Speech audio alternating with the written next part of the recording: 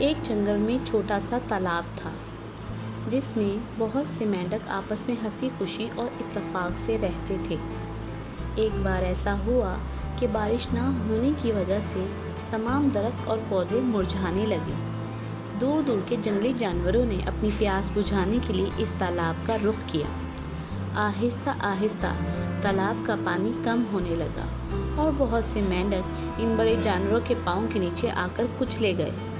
رہے سہے مینڈک اپنی جان بچانے کے لیے کسی اور جگہ جانے کا سوچ رہے تھے، مگر وہاں دور دور تک کوئی تالاب نہیں تھا۔ ایک دن اس جنگل میں کسی کالج کے طالب علم پہنچے جنہیں لیبارٹری میں تجربے کرنے کے لیے کچھ مینڈک چاہیے تھے۔ انہیں دیکھ کر تالاب کے سارے مینڈک ڈر کے مارے چھپ گئے۔ ایک بوڑھے مینڈک نے کہا، ہم میں سے کچھ مینڈک ان لوگوں کے پاس جا کر ان سے مدد مانگتے ہیں، شاید یہ ہماری کچھ مدد کر سکیں۔ یہ سن کر باقی سب مینڈکوں نے احتجاج کیا کہ ان کی تعداد پہلے ہی بہت کم رہ گئی ہے۔ اگر مزید مینڈکوں کو بھی وہ اپنے ساتھ لے گئے تو جنگل میں تو ان کی نسل ہی ختم ہو جائے گی۔ بوڑھے مینڈک نے کہا، میری بات غور سے سنو، میں بھی ساتھ جاؤں گا اور وہاں کسی سے مدد کی اپیل کروں گا کہ ہماری نسل بچانے میں ہماری مدد کریں۔ ویسے انسان اتنے برے بھی نہیں ہوتے جتنا ہم انہیں سمجھ رکھا ہے۔ انسانوں سے زیادہ تو جنگلی جانور خطرناک ہوتے ہیں جنہوں نے ہمارے بہت سے مینڈکوں کو ہلاک کر دیا ہے۔ ان سب میں 3-4 مینڈک بہت سمجھدار تھے۔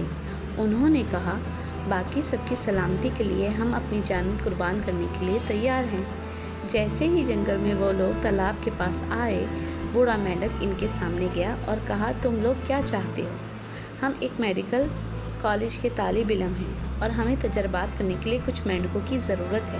ایک طالب علم نے جواب دیا، ٹھیک ہے، لیکن اپنے ساتھیوں کے ساتھ میں بھی جاؤں گا۔ مجھے تمہارے کالج کے پروفیسر سے کچھ بات کرنی ہے۔ ان لوگوں نے سب مینڈکوں کو شیشے کے بڑے جار میں ڈالا اور وہاں سے چلے گئے۔ باقی رہ جانے والے مینڈک اپنے ساتھیوں کے لیے پریشان تھے۔ وہ بوڑھے مینڈک کی کامیابی کے لیے دعا مانگنے لگے۔ تجربہ گاہ میں جانے کے بعد انہوں نے بوڑھے مینڈکوں کو جار سے نکال کر پلیٹ میں رکھا اور پروفیسر کو بلانے چلے گئے۔ پروفیسر نے آ کر بوڑھے مینڈک سے پوچھا وہ اسے کیوں ملنا چاہتا تھا۔ بوڑھے مینڈک نے آنسو بہانا شروع کر دیے اور جنگل میں ہونے والے واقعات سے پروفیسر صاحب کو آگاہ کر دیا۔ بوڑھے مینڈک کی بات سن کر پروفیسر صاحب کو دکھ ہوا۔ انہوں نے کہا، ٹھیک ہے، میں تمہاری مدد کرنے کے لیے تیار ہوں، مجھے پہلے جا کر جنگل کا معائنہ کرنا ہوگا۔ یہ کہہ کر پروفیسر صاحب نے اپنے ایک شاگرد کو ان مینڈکوں کا خیال رکھنے کو کہا اور خود کچھ ساتھیوں کو لے کر جنگل کی طرف چلے گئے۔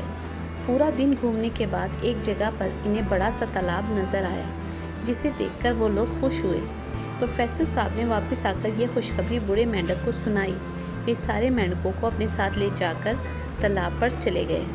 وہاں جا کر بوڑھے مینڈک نے تالاب میں رہ جانے والے باقی ساتھیوں کو باہر بلایا اور کہا کہ پروفیسر کی مدد سے انہیں رہنے کے لیے بڑی اور اچھی جگہ مل گئی ہے۔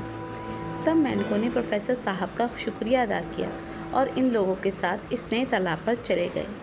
رکو بڑے میاں، وہ پروفیسر صاحب نے بوڑھے مینڈک سے کہا۔ بوڑھا مینڈک پانی سے باہر آیا اور سوالیہ نظروں سے پروفیسر کو دیکھنے لگا۔ پروفیسر نے اپنے ہاتھ میں پکڑا جار کھولا اور اس میں رکھے اس کے باقی ساتھیوں کو بھی آزاد کر دیا۔